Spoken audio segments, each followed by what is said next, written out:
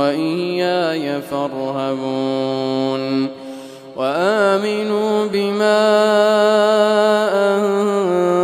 أنزلت مصدقا لما معكم ولا تكونوا أول كافر به ولا تشتروا بآياتي ثمنا قليلا وإياي فاتقون ولا تلبسوا الحق بالباطل وتكتمون الحق وأنتم تعلمون وأقيموا الصلاة وآتوا الزكاة واركعوا مع الراكعين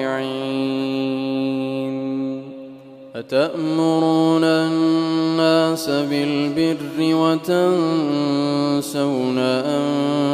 أنفسكم وأنتم تتلون الكتاب أفلا تعقلون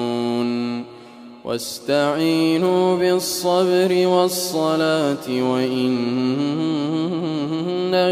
لكبيرة إلا على الخاشعين الذين يظنون أنهم ملاقو ربهم وأنهم إليه راجعون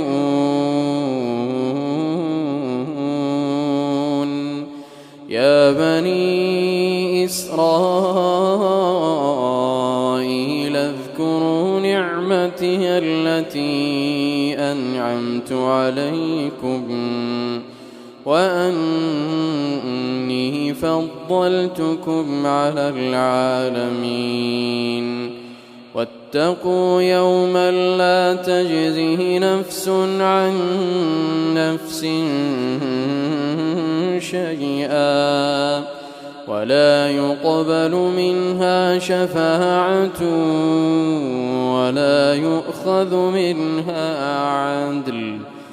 ولا يؤخذ منها عدل ولا هم ينصرون وإذ نجيناكم من آل فرعون يسومونكم سوء العذاب يذبحون أبناءكم ويستحيون نساءكم وفي ذلكم بلاء من ربكم عظيم وإذ فرقنا بكم البحر فأنجيناكم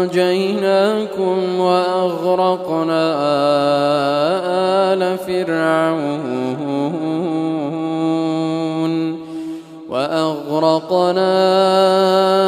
آل فرعون وأنتم تنظرون وإذ وعدنا موسى 40 ليلة ثم اتخذتم العجل من بعده وأنتم ظالمون ثم عفونا عنكم من بعد ذلك لعلكم تشكرون وإذ آتينا موسى الكتاب والفرقان لعلكم تهتدون وإذ قال موسى لقومه يا قوم إنكم ظلمتم أنفسكم باتخاذكم العجل فتوبوا إلى بارئكم فاقتلوا أنفسكم ذلكم ذلكم خير لكم عند بارئكم فتاب عليكم إنه هو التواب الرحيم. وإذ قلتم يا موسى لن نؤمن لك حتى نرى الله جهرا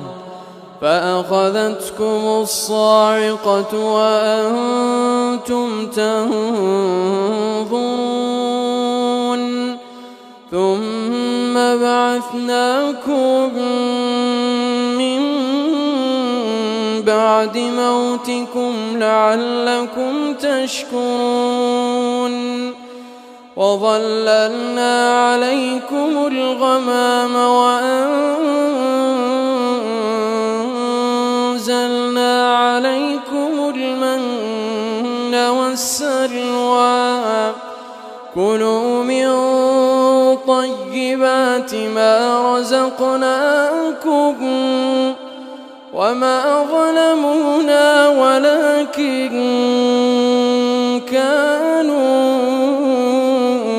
أنفسهم يظلمون.